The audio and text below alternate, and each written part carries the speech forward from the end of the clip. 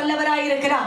போன வாரத்தின் முந்தின வாரத்துல நான் என்ன பண்ண அப்படின்னு பாத்தீங்கன்னா தெசலோனிக்கே சபையை குறித்து பேசினேன்.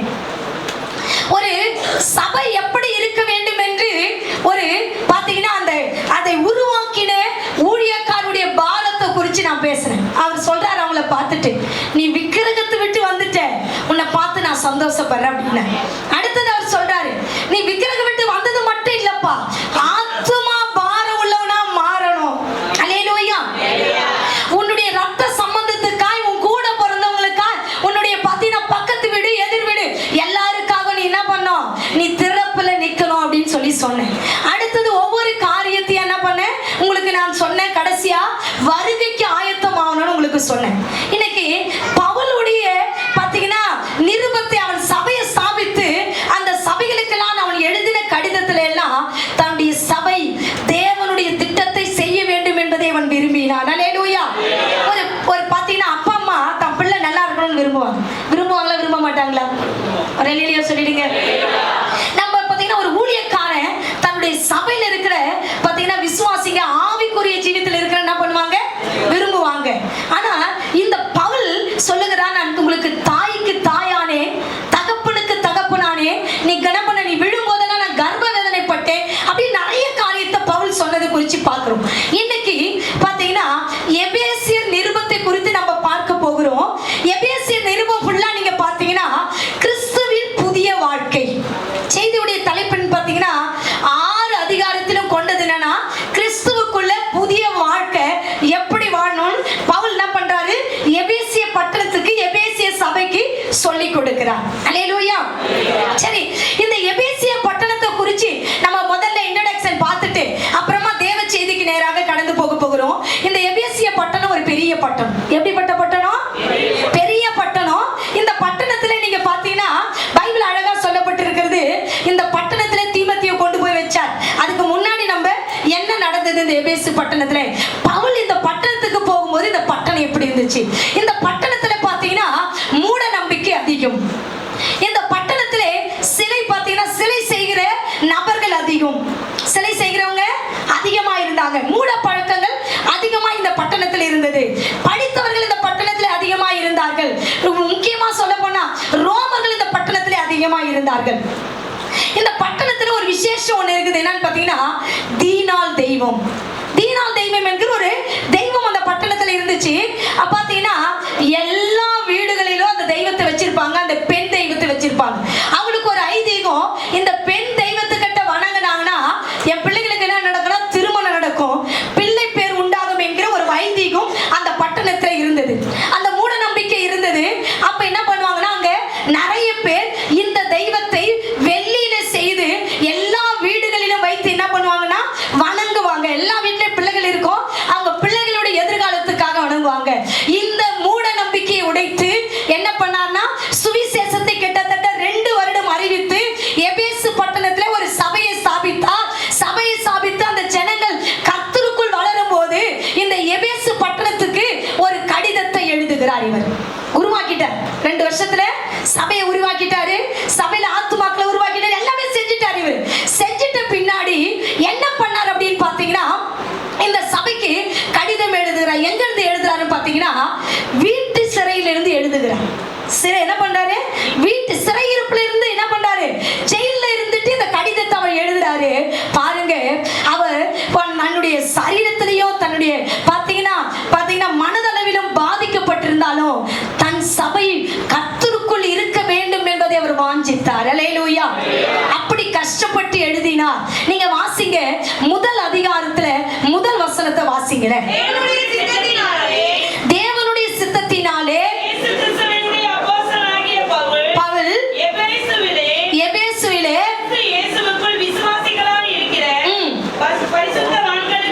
எழுதுகிறதாவது. அல்லேலூயா. இப்ப நம்ம எல்லாம் எபேசு சேர்த்துட்டு என்ன பண்ண போறோம், நம்ம ஊரை போட்டுக்க போறோம், நம்ம சபையை போட்டுக்க போறோம். அல்லேலூயா. இந்த எபேசு பட்டணத்திலே விசுவாசிகள் பரிசுத்தமாய் வாழ்வதற்காக இவர் எழுதுகிறார். இவருடைய எழுதுனுடைய காரணம் என்ன என்பதை தான் நம்ம பார்க்க போறோம். இன்னைக்கு வாசிங்க, முதல் அதிகாரத்துல 3ஆம் வசனத்தை வாசிங்க. நம்முடைய கர்த்தராகிய இயேசு கிறிஸ்துவின் பிதாவாகிய தேவனுக்கு ஸ்தோத்திரம். அவர் கிறிஸ்துவுக்குள் உன்னதங்களிலே ஆவிக்குரிய சகல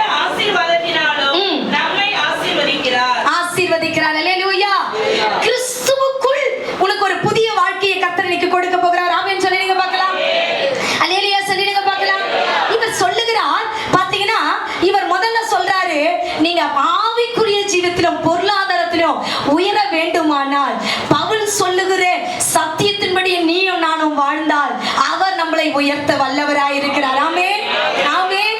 அருமையான தேவனுடைய பிள்ளைகளே, முதல் பாயிண்ட் என்னன்னு பாத்தீங்கன்னா, கிறிஸ்துவுக்குள் புதிய அடையாளம். அல்லேலூயா. நான் கிறிஸ்தவன் ஆயிட்டேன் அப்படின்னா எனக்குள்ள ஒரு அடையாளம் காணப்பட வேண்டும். நான் இயேசுவை சொந்த இரட்சகராய் ஏற்றுக்கொண்டேன், ஆனால் எனக்குள்ளே ஒரு அடையாளம் காணப்பட வேண்டும். ஆமென், ஆமென் சொல்லிடுங்களேன். அடையாளம் எனக்குள்ள காணப்படணும். அப்படி அடையாளம் எனக்குள்ள இருக்கும்போது எனக்குள்ள என்ன வரணும்? மாற்றம் வரும். ஆமென். 6 அதிகாரத்தை இன்னைக்கு 3 பண்ணிடுவேன், பேசிடுவேன். அடுத்த வாரம் 3 பேசுவேன். நீங்க நல்லா கவனிச்சாதான் நீங்க என்ன பண்ண முடியும்? ஆவிக்குரிய ஜீவிதத்தில் ஆசீர்வாதமாய் வாழ முடியும், பொருளாதாரத்துல நீ ஆசீர்வாதமாய் வாழ முடியும். ஆமென். இன்னைக்கு பார்க்கிறோம் முதல் பாயிண்ட் என்ன பண்ணி பாத்தீங்கன்னா, 3வது வசனத்துல இருந்து 6வது வசனம் வரைக்கும் பிதா என்னை குறித்து என்ன வைத்திருக்கிறார் என்பதை பார்க்க போகிறோம். வாசிங்க. நம்முடைய கர்த்தராகிய இயேசு கிறிஸ்துவின் பிதாவாகிய தேவனுக்கு ஸ்தோத்திரம். கிறிஸ்துவுக்குள் உன்னதங்களிலே ஆவிக்குரிய சகல ஆசீர்வாதத்தினாலும் ஆசீர்வதிக்கிறார். நமக்கு முன்பாக நாம் அன்பில் பரிசுத்தம் உள்ளவர்களும் குற்றமில்லாதவர்களாய் இருப்பதற்கு உலக தோற்றத்துக்கு முன்னாடி உன்னையும் என்னையும் அவர் தெரிந்தெடுத்திருக்கிறார். ஆமென் சொல்லிடுங்களேன். பிதா பார்க்கிறோம். இங்க பாத்தீங்கன்னா பவுல் 3 பேரை காட்டுறார். ஒண்ணு, பிதா நம்மளை என்ன பண்ணாரு? இயேசு கிறிஸ்து என்ன செஞ்சாரு? பரிசுத்த ஆவியானவர் என்ன செஞ்சாருன்னா முதல் அதிகாரத்துல நம்ம பார்க்க போறோம். பிதா என்ன செஞ்சாரு அப்படின்னு பாத்தீங்கன்னா அழகா சொல்லப்பட்டிருக்குது. நம்மள உலக தோற்றத்துக்கு முன்னாடியே முன்குறிச்சிருக்கிறார். அல்லேலூயா, அல்லேலூயா. இன்னைக்கு நீ வந்து உட்கார்ந்துட்டு இருக்கிறியே, பவுல் சொல்லுகிறார் எபேசு பட்டணத்தை பார்த்துட்டு, அப்ப நீ சபைக்கு வந்து உட்கார்ந்துட்டு இருக்கிற, நீ சாதா வந்து உட்கார்ந்துட்டு இல்ல, உன்னை கர்த்தர் உலக தோற்றத்துக்கு முன்னாடியே முன்குறிச்சு வச்சிருக்கிறார். அதனாலதான் வந்து உட்கார்ந்துட்டு இருக்கிற. அல்லேலூயா. அருமையான தேவனுடைய பிள்ளையே, நீங்க பாத்தீங்கன்னா நீங்க சாதாரண ஆளே கிடையாது. கர்ப்பத்துல உருவாறதுக்கு முன்னாடியே உன்னை என் ஆண்டவர் கண்டிருக்கிறார். வேதத்துல பார்க்கிறோம். ஏசாயா எழுதின தீர்க்கதரிசன புத்தகம் 44ஆம் அதிகாரத்திலே கடைசி வசனத்திலே சொல்லப்பட்டிருக்குது, கோரேசை குறித்து, அவன் என் மெய்ப்பன், நீ கட்டப்படு என்று சொல்லி, எருசலேமுடைய தேவாலயத்தை கட்டுவான், எனக்கு பிரியமானதெல்லாம் செய்வான் என்று சொல்லி கோரேசை குறிச்சு ஏசாயா 44ல என்ன பண்ணாங்க அப்படின்னா கடைசி வசனத்துல போட்டிருக்குது. 45ல கோரேசை குறித்து சொல்லப்பட்டிருக்குது. ஆண்டவர் என்ன பண்றாரா? அவனை பெயர் சொல்லி அழைச்சாரு. அல்லேலூயா. 45வது அதிகாரத்துல முதல் வசனம் மட்டும் வாசிங்க பார்க்கலாம். அபிஷேகம் பண்ணின கோரேசுக்கு முன்பாக சாதிகளை கீழ்ப்படுத்தி ராஜாக்களுடைய இடைக்கட்டுகளை அவிழ்க்கும்படிக்கு அவனுக்கு முன்பாக வாசல்கள் பூட்டப்படாதிருக்க திறந்து வைத்து அவனை பார்த்து வலது கையை பிடித்து சொல்லுகிறதாவது, முன்னே போய் கோணலானவைகளை செவ்வையாக்குவேன். அல்லேலூயா. இங்கே ஏசாயா தீர்க்கதரிசன புத்தகத்திலே கோரேசை குறித்து சொல்லப்பட்டிருக்கு. நல்லா கவனிக்கணும், எல்லாரும் நல்லா கவனிக்கணும். இந்த கோரேஸ் பிறப்பதற்கு முன்பாக 200 வருஷத்துக்கு முன்னாடி தீர்க்கதரிசனம் உரைக்கப்பட்டுச்சு. இப்போ 200 வருஷம் அவங்க அம்மா பாருங்க, அவங்க அம்மா பிறக்கிறதுக்கு முன்னாடி, அவங்க பாட்டிக்கு முன்னாடி என்ன பண்ணிட்டாங்க? கோரேசை குறித்து கர்த்தரோட தீர்க்கதரிசனத்தை வச்சிருக்கிறாரு. அவர் சொல்றாரு, ஒரு புறஜாதில இருந்து ஒருத்தன் பிறப்பான், அவன் வந்து இஸ்ரவேல் ஜனங்க பாத்தீங்கன்னா அடிமையாக கொண்டு போகப்பட்ட இவங்களை என்ன பண்ணுவான் அப்படின்னா விடுதலை ஆக்குவான் என்பதை 200 வருஷத்துக்கு முன்னாடி தீர்க்கதரிசனத்தை உரைச்சிட்டு எஸ்ராவின் புத்தகம் 1ஆம் அதிகாரம் 1ஆம் வசனத்தை வாசிக்க கேட்போம். 1ஆம் அதிகாரம் 1ஆம் வசனம். எரேமியாவின் வாயினாலே கர்த்தர் சொன்ன வார்த்தை நிறைவேறும்படி பெர்சியாவின் ராஜாவாகிய கோரேசுடைய முதலாம் வருஷத்திலே கர்த்தர் பெர்சியாவின் ராஜாவாகிய கோரேசின் ஆவியை ஏவினதினாலே. அல்லேலூயா. ஒரு வருஷம் முடிஞ்சிருச்சுங்க அவர் ஆட்சிக்கு வந்துட்டு. ஒரு வருஷத்துக்கு அப்புறம் என்ன பண்ணிட்டார் அப்படின்னா ஆண்டவர் அவருடைய ஆவியை எழுப்புகிறார். அப்ப அவனை ஆட்சி செய்வதற்காக நான் அவனை அழைக்கல, நீ என்னுடைய ஜனத்தை இந்த இடத்திலிருந்து விடுதலை ஆக்கும்படி அழைத்திருக்கிறேன் என்று சொன்னார். அல்லேலூயா. இன்னைக்கு ஆண்டவர் அதுதான் சொல்றார், உங்களை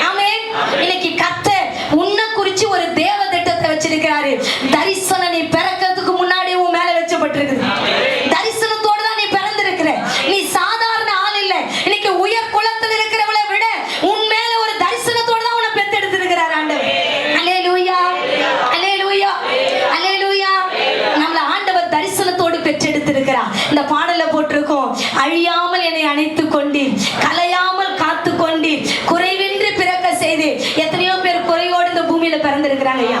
கை கால் குறையோடு கூட முடோன கண்ணு தெரியாம நடக்க முடியாம பலவீனத்தோட, ஆனா எல்லாத்தையும் சரியா உன்னை படைச்சு வச்சிருக்கிறாரே. எதுக்கு தெரியுமா மகனே மகளே?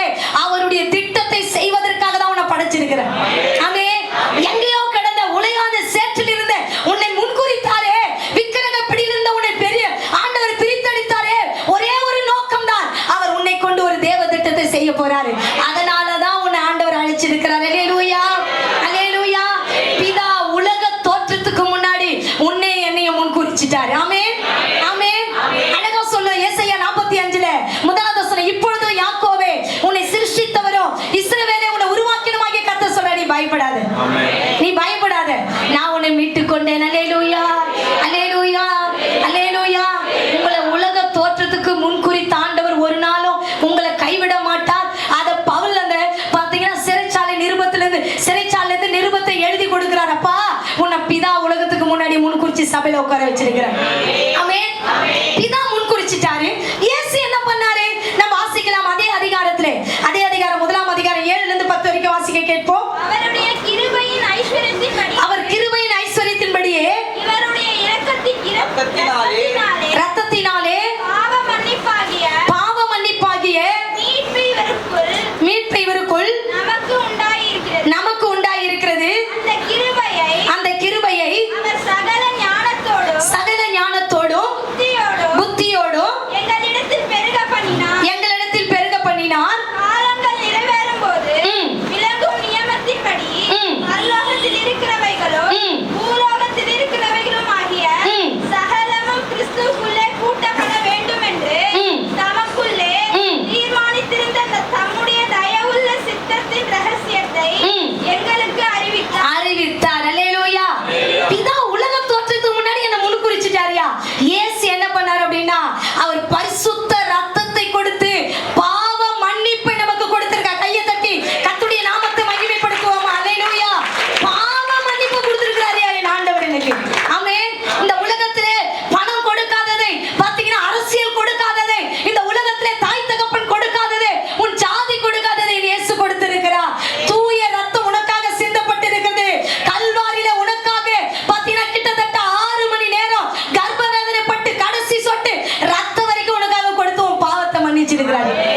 எப்படிப்பட்ட பாவியானாலும் சரி, நீ எப்படிப்பட்ட துரோகியானாலும் சரி, நீ எப்படிப்பட்ட வாழ்க்கை வாழ்ந்ததாலும் சரி, இன்னைக்கு ஆண்டவர் சொல்றார், அவர் ரத்தம் உன்னை பரிசுத்தமாக்கும்.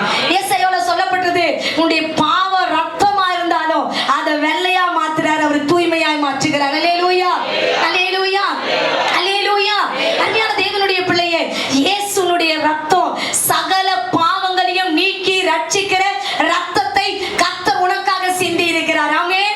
நம்ம பைபிள்ல பார்க்கிறோம், யாத்திராகமம் 12ஆம் அதிகாரத்திலே 23ஆம் வசனம் சொல்லப்பட்டிருக்குது.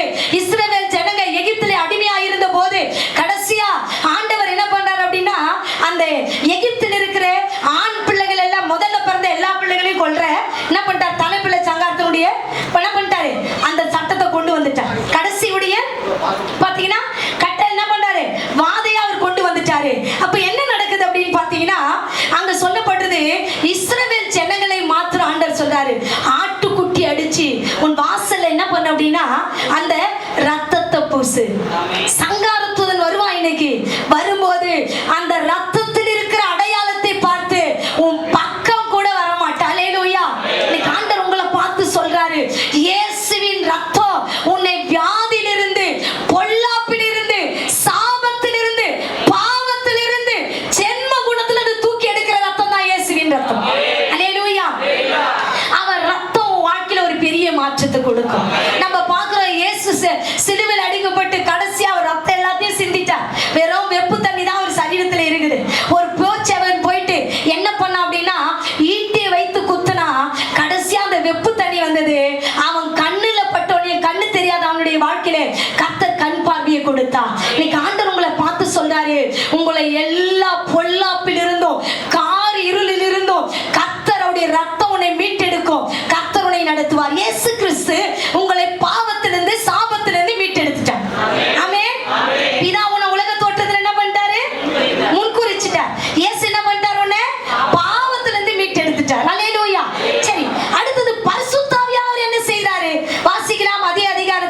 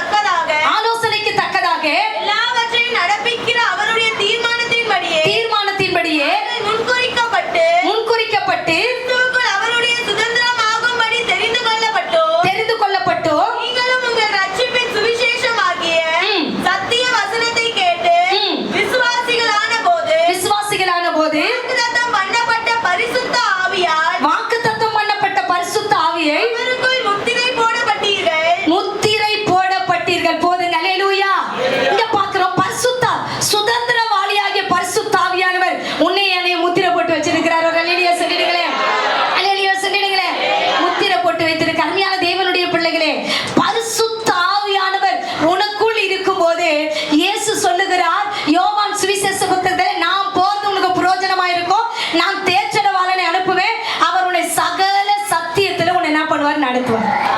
அல்லேலூயா சொல்லிடுங்க. இவர் சகல சத்தியத்துல உங்களை நடத்துவாரு. இவர் என்ன பண்ணுவார் அப்படின்னு பாத்தீங்கன்னா, உனக்குள்ளிருந்து உன்னை உருவாக்கி உருவாக்கி உருவாக்கி உருவாக்கி அவர் ராஜ்யத்துக்கு கொண்டு போய் சேர்ப்பார். அல்லேலூயா. உன்னை ஜெபிக்க வைப்பாரு, துதிக்க வைப்பாரு, பாட வைப்பாரு. பாத்தீங்கன்னா பரிசுத்தத்தை உன் மனசுல தூண்டி தூண்டி தூண்டி விடுவார்.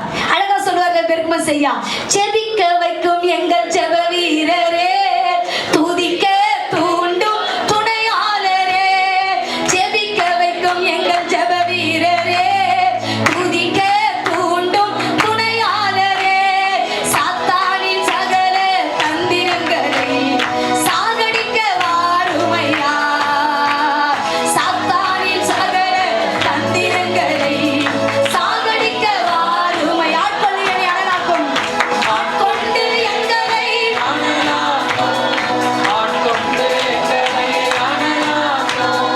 அன்பினால் இன்று அலங்கரியும், அன்பினால் இன்று அலங்கரியும். அல்லேலூயா. நம்மளை ஜெபிக்க வைக்கிறவர் யாரு? அவர் நம்மளை துதிக்க வைக்கிறவர் யார்? சரியான பாதையில நடத்துகிற இந்த பரிசுத்த ஆவியானவர். இன்னைக்கு பரிசுத்த ஆவியை நீ பெற்றுக் கொண்டிருக்கிற உனக்கு அடையாளம் இருக்கு. இந்த பரிசுத்த ஆவியார் இன்னொரு காரியத்தை உங்களுக்கு சொல்றேன். இவர் பாத்தீங்கன்னா கடைசி நாட்களே உன்னையும் என்னையும் அவர் எழுப்புறதுக்கு சித்தமுள்ளவராக இருக்கிறார். ஆமென் சொல்லிடுங்களேன். ஆண்டவருடைய ரகசிய வருகை வரும். ரகசிய வருகை வரும்போது பரிசுத்த ஆவியானவர் எடுத்துக்கொள்ளப்படுவா. ஆளே இருக்கும், நிறைய பேர் இருப்பாங்க, ஆனா பரிசுத்த ஆவியானவர் மட்டும் இருக்கவே மாட்டார். இன்னைக்கு சபையை ஆளுகை செய்கிறவர் பரிசுத்த ஆவியானவர். அல்லேலூயா. சபையில ஜெப ஆவி ஊற்றுகிறவர் பரிசுத்த ஆவியானவர். அல்லேலூயா. உன்னை ஊழியம் செய்ய வைக்கிறவர் பரிசுத்த ஆவியானவர். அல்லேலூயா. உன்னை பாட வைக்கிறவர் பரிசுத்த ஆவியானவர். அல்லேலூயா. அவரை தான் முத்திரையா உனக்கு கொடுத்திருக்கிறார். அல்லேலூயா. அவர் கொடுத்திருக்கிறார் தேவ பிள்ளையே. முதல்ல பார்க்கிறோம், பிதா பாத்தீங்கன்னா உலக தோற்றத்துக்கு முன்னாடி என்ன தெரிஞ்சுக்கிட்டாரு. இரண்டாவது, இயேசு எனக்காக ரத்தம் சிந்திய பாவத்துல என்னை மீட்டெடுத்தாரு. மூன்றாவது, முத்திரையாய் பெற்ற பரிசுத்த ஆவியானவரை கர்த்தர் எனக்கு கொடுத்திருக்கிறார். அல்லேலூயா. இதெல்லாம் பெற்ற நான் என்ன பண்ணணும்? நீ என்ன பண்ணணும்? அல்லேலூயா. வாசிக்கலாம் அதே அதிகாரத்திலே 15வது வசனத்திலிருந்து 19வது வசனம் வரைக்கும் வாசிக்க கேட்போம். கர்த்தராகிய இயேசுவின் மேலுள்ள உங்கள் விசுவாசத்தையும், உங்கள் விசுவாசத்தையும் பரிசுத்தவான்கள் எல்லார் மேலுள்ள பரிசுத்தவான்கள் எல்லார் மேலும் உள்ள உங்கள் அன்பையும் குறித்து கேள்விப்பட்டு இடைவிடாமல் உங்களுக்காக ஸ்தோத்திரம் பண்ணி ஜெபங்களில் உங்களை நினைத்து, என் ஜெபங்களில் உங்களை நினைத்து நம்முடைய கர்த்தராகிய இயேசு கிறிஸ்துவின் தேவனும் மகிமையின் பிதாவுமானவர், மகிமையின் பிதாவுமானவர் நம்மை நீங்கள் அறிந்து கொள்வதற்கான ஞானத்தையும் தெளிவையும் அளிக்கிற ஆவியை உங்களுக்கு தந்தருள வேண்டும் என்றும், தான் நம்மை அழைத்ததினாலே நமக்கு உண்டாயிருக்கிற நம்பிக்கை இன்னதென்று பரிசுத்தவான்களிடத்தில் தமக்கு உண்டாயிருக்கிற சுதந்திரத்தினுடைய மகிமையின் ஐஸ்வர்யம் இன்னதென்று நான் கிறிஸ்துவை மரித்தோரிலிருந்து எழுப்பி அவரிடத்தில் நடப்பித்த தமது பலத்த சத்துவத்தின் வல்லமையின்படியையும் விசுவாசிக்கிறவர்களாகிய நம்மிடத்திலே காண்பிக்கும் நம்முடைய வல்லமையின் மகா மேன்மையான மகத்துவம் இன்னதென்று அறியும்படிக்கு அவர் உங்களுக்கு பிரகாசமுள்ள மனக்கண்களை கொடுத்திருக்கார் என்று வேண்டிக் கொள்ளுகிறேன். அல்லேலூயா. இங்க அவர் அழகா சொல்றாரு. பவுல் நம்மளுக்கு ஒண்ணு சொல்லி கொடுக்கிறாரு. என்னன்னு பாத்தீங்கன்னா, அவர் எனக்கு உலக தோற்றத்திலே பிதா என்ன முன் குறிச்சிட்டாரு. இயேசு என்ன பண்ணாரு? பாவத்திலிருந்து நம்மளை மீட்டு எடுத்துட்டாரு. மூணாவது, பரிசுத்த ஆவியானவர் என்ன பண்ணாரு? என் மேல முத்திரை போட்டிருக்கிறார். அல்லேலூயா. இதெல்லாம் நான் தக்க வச்சுக்கிறேன்னா, பவுல் இங்கே ஒரு ஜெபத்தை பண்ணுகிறார். என்ன ஜெபம்னா, தேவனை அறிகிற அறிவு. அல்லேலூயா. இந்த தேவனை அறிகிற அறிவு உனக்கோ எனக்கோ வேணுங்க. அருமையான தேவனுடைய பிள்ளையே, பணம் கொடுத்தா நல்லவரு, என் வீட்டுல சமாதானம் இருந்தா நல்லவரு, இல்லைன்னா அவரு கெட்டவருன்னு சொல்லக்கூடாது. உனக்குள்ள தேவனை அறிகிற அறிவு இருக்கணும். அவர் நடத்துற பாதெல்லாம் நன்மை என்பதை நீ அறிந்து கொள்ள வேண்டும்.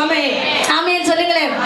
பைபிள்ல பார்க்கிறோம், சாத்ராக் மேஷாக் ஆபேத்நேகோ என்கிற வாலிபர்கள் இருந்தாங்க. அவனுங்க நல்லா படிச்சவனுங்க, நல்ல உயர் குலத்தை சார்ந்தவங்க. அவங்க பாபிலோனுக்கு அடிமையாக கொண்டு போகப்பட்டிருக்கிறாங்க. ஆனாலும் அங்க போயும் விக்கிரகத்தை வணங்காம, பைபிள்ல சொல்லப்பட்டிருக்குது, தன்னுடைய தெய்வத்தை வணங்கினாங்க. சிறையிருப்பில் இருக்கிறன்னு அவன் கவலைப்படல. அவன் படிச்ச படிப்பை இன்னைக்கு வந்து வேற இடத்துல என்ன பண்றான் செலவழிக்கிறான். அவன் கவலைப்படல. அவன் தேவனை என்ன பண்ணாங்க? அறிந்திருந்தாங்க. அவன் சொல்றான், நான் ஆராத அறிந்திருக்கிறேன். அவர் என்னை விடுவிச்சாலும் விடுவிக்க மட்டும் போனாலும் அவர் ரொம்ப அழகா சொல்றான், என்னை தப்பு விச்சாலும் தப்பு விக்கலாம், அதை பத்தி கவலை இல்லை. நான் அந்த விக்கிரகத்தை வணங்க மாட்டேன், நான் என்ன பண்ண மாட்டேன், அந்த சொரூபத்தை வணங்க மாட்டேன். வைராக்கியமா பேசுறான். பைபிள்ல போட்டிருக்குது, அக்கினி ஜுவாலையில கர்த்தர் அவளோடு கூட நடந்தா, அவங்க முடி கூட கருகி போலங்க. கர்த்தர் அவங்களை பாதுகாத்தா. உனக்கு தேவன அறிகிற அறிவு உனக்கு வேணும். அந்த அறிவு இருந்தா மட்டும்தான் சபையில உன்னால நிலைச்சிருக்க முடியும். பாவம் செய்யறவன் நல்லா இருக்கிறான், தப்பு செய்யறவன் நல்லா இருக்கிறான், இவன் நல்லா இருக்கிறான், அவன் நல்லா தான் இருக்கான்னு சபையில் வந்து அடுத்தவனை பார்க்கிற வேலை உன் வேலை இல்லை. உன்னுடைய ஒரே ஒரு அவர் அறிகிற அறிவு, அவர் அழகா அவர் மகிமை, அவருடைய நம்பிக்கை, அவருடைய மகிமையின் வல்லமை, இது எல்லாவற்றையும் அறிகிற அறிவை நீ பெற்றுக் கொள்வாயானால் ஒரு நாள் நீ இடறி போக மாட்ட. பவுல் கடைசி அவங்களுக்கு அதான் சொல்லி தராரு, முதல் அதிகாரத்துல இது சொல்லி தராரு. நீ என்ன பண்ண, தேவன அறிகிற அறிவிலே நீங்கள் வளர வேண்டும் என்று இடைவிடாமல் உங்களுக்காக நான் ஜெபித்துக் கொண்டு இருக்கிறேன் என்று சொல்லுகிறார். ஆமென், ஆமென். அவர் கர்த்தர் இந்த ரட்சிப்பை கொடுப்பதற்காக என்னென்னலாம் செஞ்சார் அப்படின்னு சொல்றார். நீ தேவன அறிகிற அறிவு மட்டும் இல்லையா, உங்க வாழ்க்கையில நீங்க எவ்வளவு உயர்வுக்கு போனாலும் அவர் சொல்றாரு, தலையாகிய கிறிஸ்துவுக்குள் நிலைத்திருக்க வேண்டும் என்று கற்றுக் கொடுக்கிறார். வாசிக்கலாம் ஒன்று அதே 1ஆம் அதிகாரத்துல 20வது வசனத்துல இருந்து 23ஆம் வசனம். எல்லா துரைத்தனத்திற்கும் அதிகாரத்திற்கும் வல்லமைக்கும் கர்த்தத்துவத்துக்கும் இம்மையில்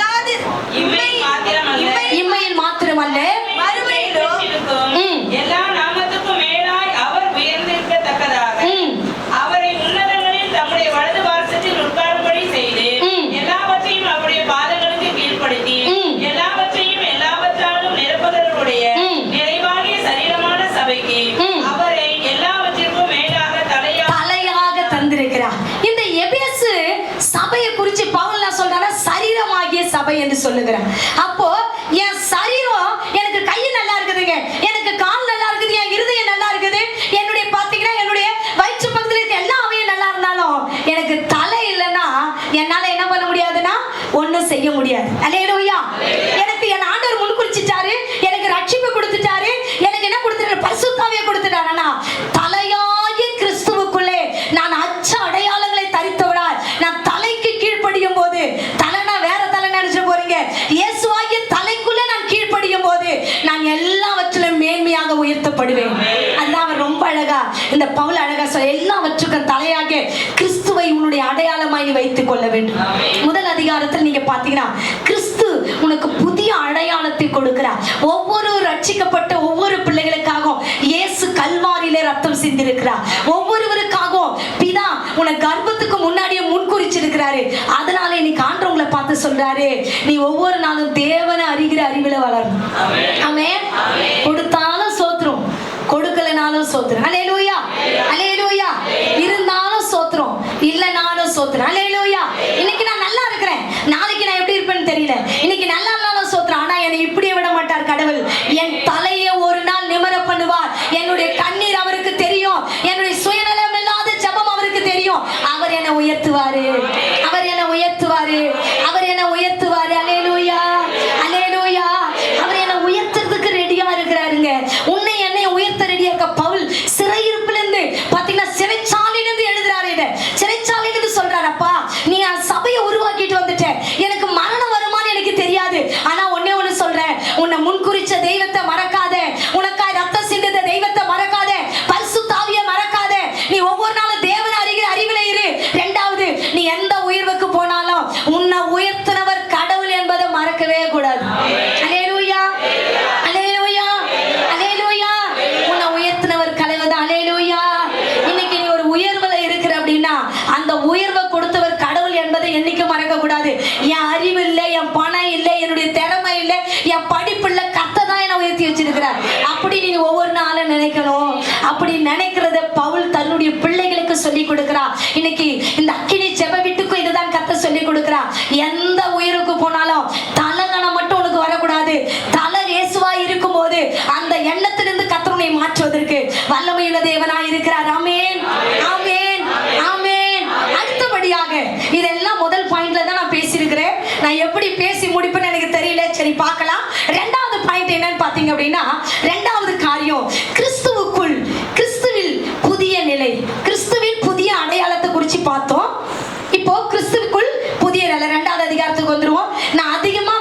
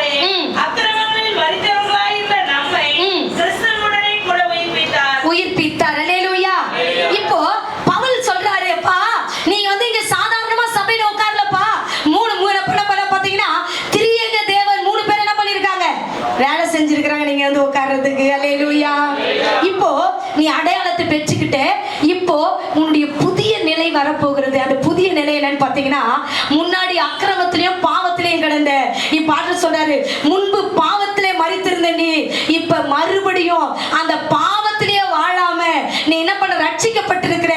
இந்த ரட்சிப்பை காத்து கொள்ளுறது உன்னுடைய புண்ணியமோ உன் பேரோ புகழையோ கிடையாதுப்பா, கிருபைப்பா. வாசிக்க, அடுத்த வசனம் வாசிக்க பார்க்கலாம். அடுத்த வசனம், அவர் நம்மிடத்தில் வைத்த தயவினாலே நம்முடைய கிருபையின் மகா மேன்மையான ஐஸ்வரியத்தை வரும் காலங்களில் விளங்க செய்வதற்காக கிறிஸ்து இயேசுவுக்குள் நம்மை அவரோடு கூட எழுப்பி உன்னதத்திலே அவரோடு கூட உட்கார செய்கிறார். நீங்க முதல் வசனத்திலிருந்து 10வது வசனம் வரைக்கும் போட்டுக்குங்க. நான் சுருக்கமா உங்களுக்கு சொல்லி இதை நான் முடிச்சிடுறேன். எடுத்துட்டு வந்த பாயிண்ட் பேச முடியாது, சுருக்கமா சொல்லிடுறேன். நம்ம முன்னாடி இருந்த வாழ்க்கைய ரட்சிக்கப்பட்ட நாம் வாழக்கூடாது. இந்த பாருங்க, தெசலோனிக்கர்லயும் கொலோசியர்லயும் நீங்க பாத்தீங்கன்னா இதுதான் அதிகமா அவர் சொல்லுவார். என்ன சொல்றாருன்னா, நான் முன்னாடி வாயாடியா இருந்தேன்னா நான் என்ன பண்ணக்கூடாது, ரட்சிக்கப்பட்ட முன்னாடி என்னுடைய வாயை சுவிசேஷத்துக்காக பயன்படுத்தணும். அல்லேலூயா சொல்லிடுங்களே, அல்லேலூயா சொல்லிடுங்களே, அல்லேலூயா. நான் முன்னாடி கெட்ட வார்த்தையே பேசிட்டு இருந்தேயா, ஆனா ரட்சிக்கப்பட்ட ஒவ்வொருவனும் அந்த கெட்ட வார்த்தை நம்ம வாழையில வரவே கூடாது. அல்லேலூயா. நான் உங்களுக்கு ஒரே ஒன்று சொல்றேன், கெட்ட வார்த்தை பேசுறவங்க உண்மையா சொல்றேன், தேவன் உன்னை பார்த்து துக்கப்படுவார். ஆமென். துக்கப்படுவார், உன்னை பார்த்து துக்கப்படுவார். முன்னாடி நீ மாம்ச இச்சையிலும் அக்கிரமத்திலும் பாவத்திலும் வாழ்ந்தவனை மீட்டெடுத்துட்டார்ல, அவர் ரத்தம் உன்னை மீட்டெடுத்துச்சுல்ல.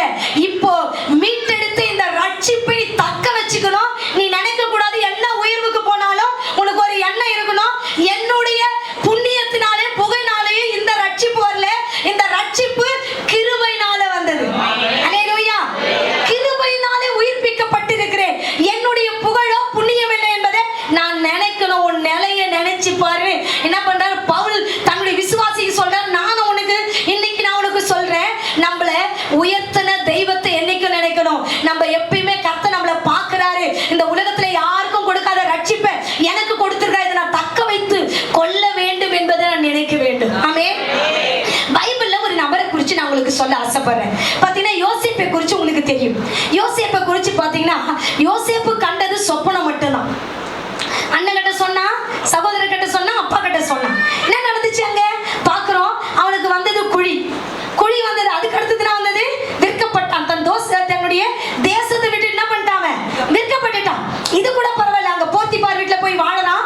இப்படி நான் வாழ்ந்துட்டு இருக்கும் போது அவனுடைய போத்திபாருடைய மனைவி அவனோடு தப்பு செய்ய இணைங்கும் போது யாருமே இல்லை, யோசேப்பும் அவளும் மட்டும் தான் இருக்கிறாங்க. அவன் சொல்றான் 39வது அதிகாரத்துல, நேரம் இல்லை உங்களுக்கு தெரியறதுனால நான் உங்களுக்கு சொல்லிடுறேன், யாருமே இல்லை, அவள் மட்டும் இருக்கிறான். அவன் சொல்றான், இங்க யாருமே இல்லை, ஆனா பாக்குற கர்த்தருக்கு விரோதமா நான் பாவம் செய்வது எப்படின்னு கேட்டான். ஆமென். நம்ம எந்த இடத்துக்கு போனாலும், யார் நம்மள பார்த்தாலும் பார்க்கலனாலும், என்கிட்ட நீ வேஷம் போடுறதுனால என்ன பண்ண போற, நீ பரலோகம் போறதே கிடையாது. உன்னை பார்க்கிற ஒருத்தர் இருந்துகிட்டு இருக்கிறார், அவர் உன்னை பார்க்கிறார். கர்த்தருக்கு விரோதமா நான் பாவம் செய்வது எப்படி என்று கேட்டான். இந்த கேள்வி அவனுடைய வாழ்க்கையில என்ன கொண்டு வந்ததுன்னா, சிறைச்சாலை தான் கொண்டு வந்தது. அந்த சிறைச்சாலை அவனுக்கு நிரந்தரம் இல்லைங்க தேவ பிள்ளையே. அந்த சிறைச்சாலையை மாத்தி அந்த பகுதிக்கு ஜனாதிபதியாய் கர்த்தர் எகிப்துக்கு அவனை வைத்தார். இன்னைக்கு ஆண்டவர் சொல்லுகிறார், நீ கர்த்தருக்கு விரோதமாய் உனக்கு கொடுத்த ரட்சிப்பை நன்றி உள்ளவனா இருக்கணும். ஆமென். இந்த ரட்சிப்பு எனக்கு சாதாரணமா கொடுக்கல. இந்த ரட்சிப்பை எப்படி கொடுத்தா, சாதாரணமா இந்த ரட்சிப்பை கொடுக்கல கடவுள். இந்த ரட்சிப்பை கொடுப்பதற்காக அவர் பட்ட பாடு அதிகம் தேவ பிள்ளைகள். ரட்சிப்பை மட்டும் நம்ம மறக்க கூடாது. கடைசி நாட்களை நீங்க பாத்தீங்கன்னா நன்றி அறிதல் இல்லாத குணம் வரும். 2 தீமோத்தேயு புத்தகம் 3வது அதிகாரத்துல சொல்லப்பட்டு நீங்க எடுக்க வேணாம், நான் உங்களுக்கு இது சொல்லிடுறேன். பாத்தீங்கன்னா அன்பு இல்லாதவன், பாத்தீங்கன்னா சுவாப அன்பு இல்லாதவன், நன்றி இல்லாதவன், இப்படிப்பட்ட கடைசி நாட்கள் இதெல்லாம் நடக்க போகுது அப்படின்னு சொல்லிட்டு பவுல் என்ன பண்ணிட்டாரு, முன்னாடியே எழுதிட்டா. நம்ம ரட்சித்தார் பத்தியா நம்மளுக்கு பணம் கொடுக்குறாரு, பொருள் கொடுக்குறாரு, சுகம் கொடுக்குறாரு, இதெல்லாம் பெரிய விஷயம் கிடையாது. இதெல்லாம் பாத்தீங்கன்னா உலகத்தான நல்லா தானே வாழ்றான், உலகத்தை வாழ்றான்ல. உன்னை விட மாடி கட்டி வாழ்றாங்களா இல்லையா, உன்னை விட நல்லா சம்பாதிக்கிறாங்களா இல்லையா, உன்னை விட ஆசீர்வாதமா இருக்கிறாங்களா இல்லையா, உன்னை விட நகைலாம் வச்சிருக்கிறாங்களா இல்லையா, உன்னை விட அழகா புடவை கட்டுறாங்களா இல்லையா, உன்னை விட அழகா ட்ரெஸ் பண்றாங்களா இல்லையா, உன்னை விட கார் வச்சிருக்காங்களா, எல்லாம் வச்சிருக்கிறான். ஆனா இங்க பாருங்க, யாருமே பெற்றுக்கொள்ளாத இந்த ரட்சிப்பை கர்த்தர் நமக்கு கொடுத்திருக்கிறாரு. நம்மளுக்கு எது கொடுத்தாலும் கொடுக்கலனாலும் எனக்கு ரட்சித்த